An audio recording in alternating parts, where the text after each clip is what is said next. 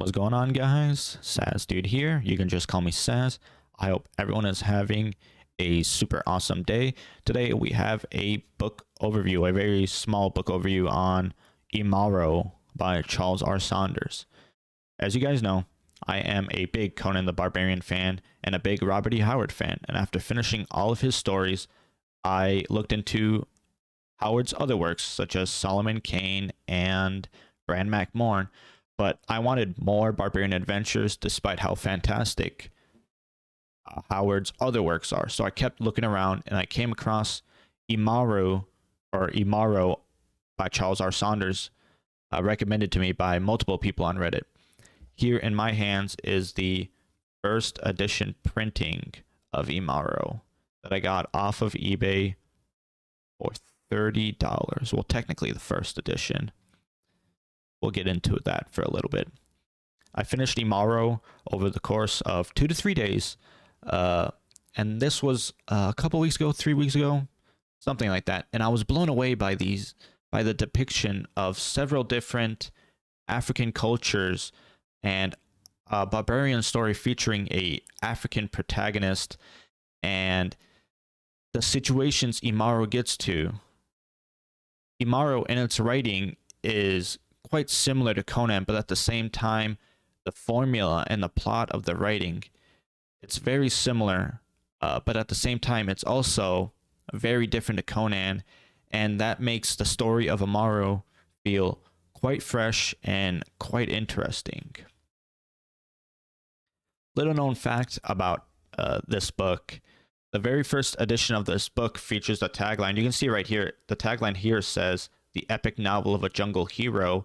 In the original printing, the tagline was "The epic novel of a black Tarzan." Charles and his publisher, as you can see here, DAW Books, they were sued by the Edgar Rice Burroughs estate over the tagline. That caused a 1-month delay in shipping, as every book had to be reprinted, and that led to poor sales and poor overall discoverability of the Imaro series. I'm not sure if there is a book out here that you can find publicly with the original tagline, "The epic novel of a black Tarzan." If it does exist, Charles was the only one who had it, probably, or if it's being auctioned off somewhere, it probably costs thousands, if not tens, if not hundreds of thousands of dollars. So I'm not sure if any copies even exist of that original book with that original tagline, which is interesting. Another little fact is that in the original printing of Imaro, there are differences in this printing of Imaro and subsequent reprintings, for example, by Nightshade in 2006. There are different stories in the original printing. This printing, he had a story in it called "The Slave of the Giant Kings." He had written a story called "The Slave of the Giant Kings," where Imaro gets captured and he gets sent. He gets captured and he is forced to work as a slave in the mines of the Giant Kings. This was replaced in the Nightshade version in 2006, I believe, because of the similarities to the Rwandan genocide that happened in the early 2000s, I believe. I'm not sure. Please don't shoot me for that. But yes, he replaced Slave of the Giant Kings story with the Afua, I believe. And every book after that's not the original has that story in there, as well as another story, but I'm not too sure about that. I do plan on picking up a more recently published book to see the 2 stories that they added, but that's something very sad and very tragic that Charles R. Saunders had to replace his story because he felt that it was too similar to a real life event. Just a little interesting fact. Now that we've gotten that out of the way, who is Imaro and where does he come from? Imaro is an African man born to the IIyassai tribe. His escapades and adventure all take place in the fictional continent of Nyumbani. And Nyumbani is a word taken from the Swahili language and that word means home. And that makes sense because it's a African-centric, Afrocentric story. That makes a lot of sense. And just like how Howard had Hyboria or Hyperborea, I forgot which one it is, Imaro has Nyumbani, right?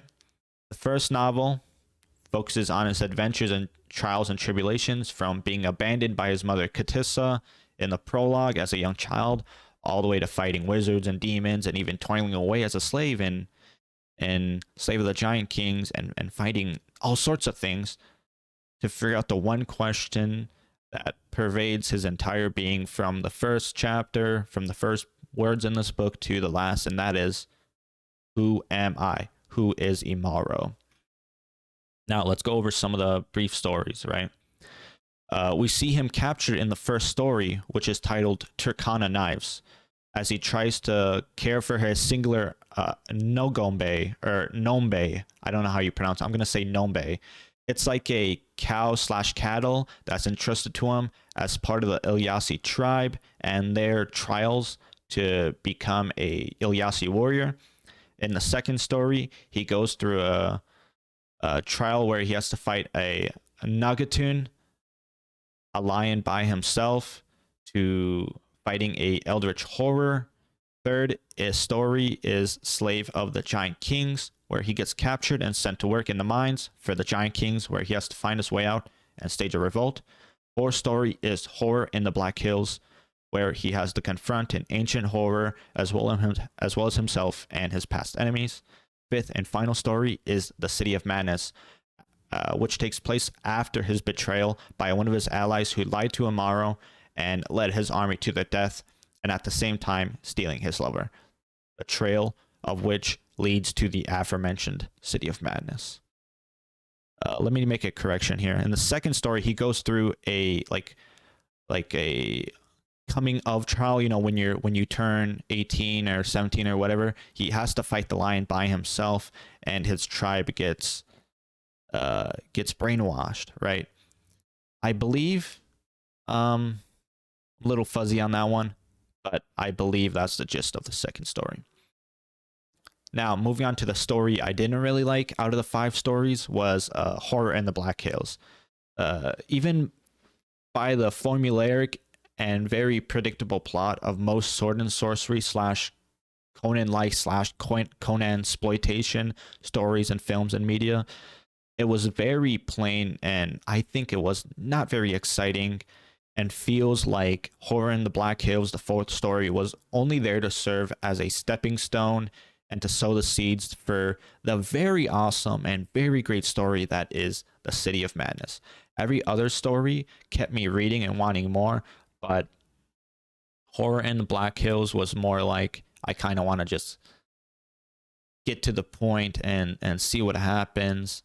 And it's very like static. It kind of just stays in between 2 places. There's not really a lot of dialogue in it, and there's not really like, you know, the excitement that Turkana Knives has, that a second story has, Slave of the Giant Kings has, or that City of Madness has, right?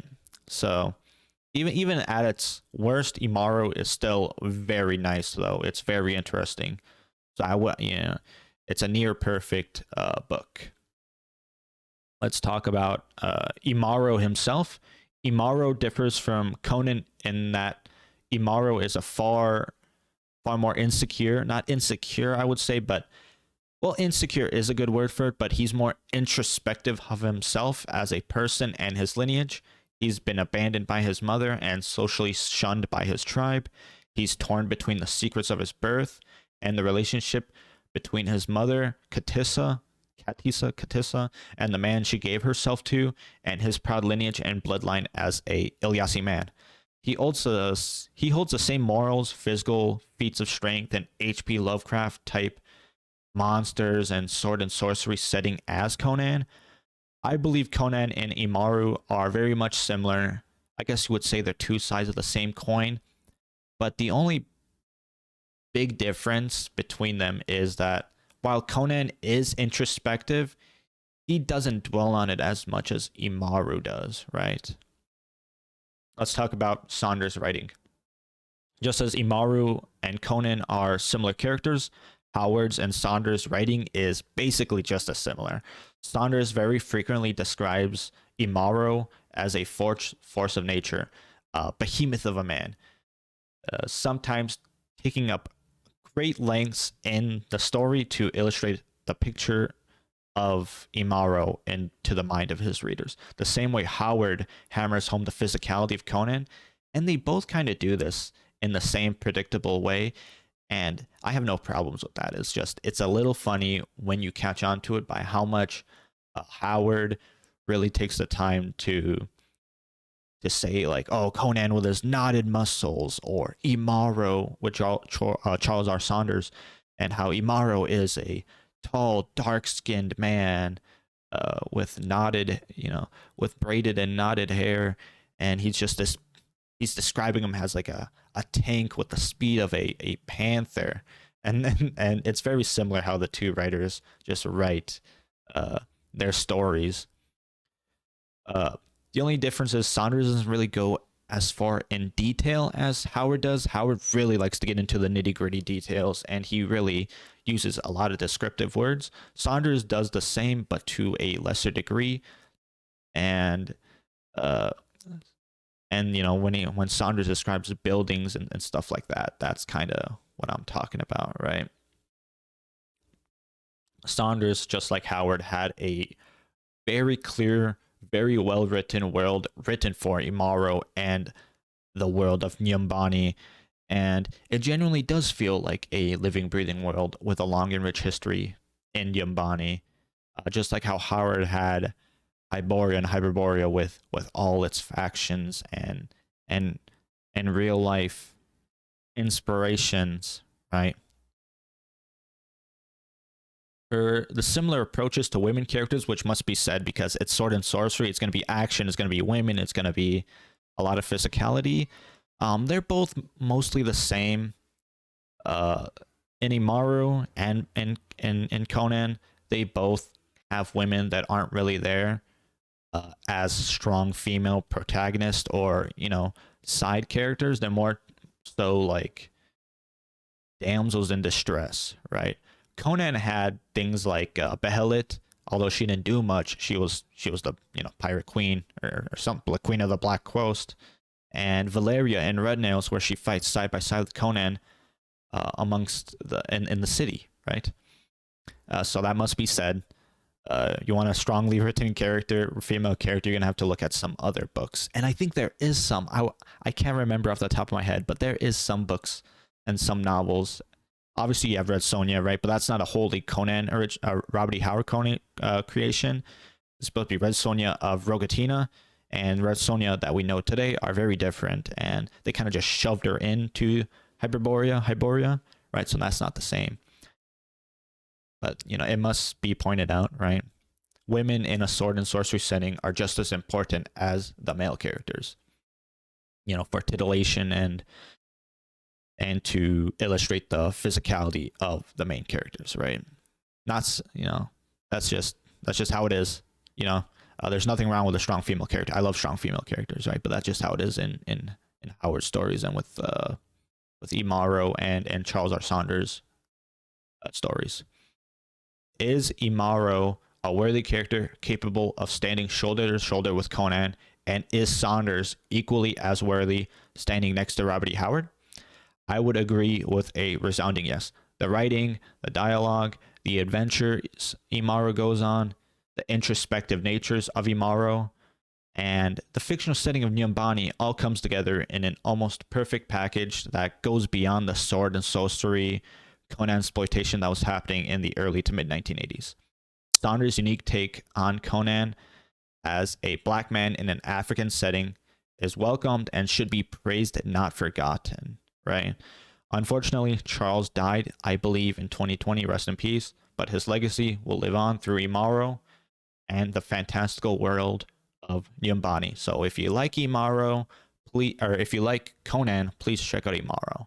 If you like Imaro, please check out other, and if you like Imaro, check out Conan and check out other novels and comics in a similar vein. But that's it for this overview on Imaro by Charles R. Saunders. I can't wait to read the second book, The Quest for Kush.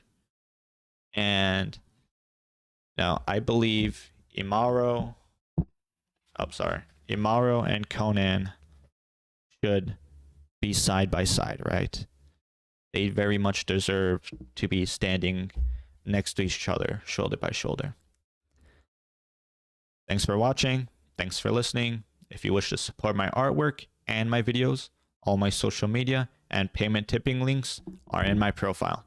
More videos and more artwork will come regardless. Goodbye for now, guys.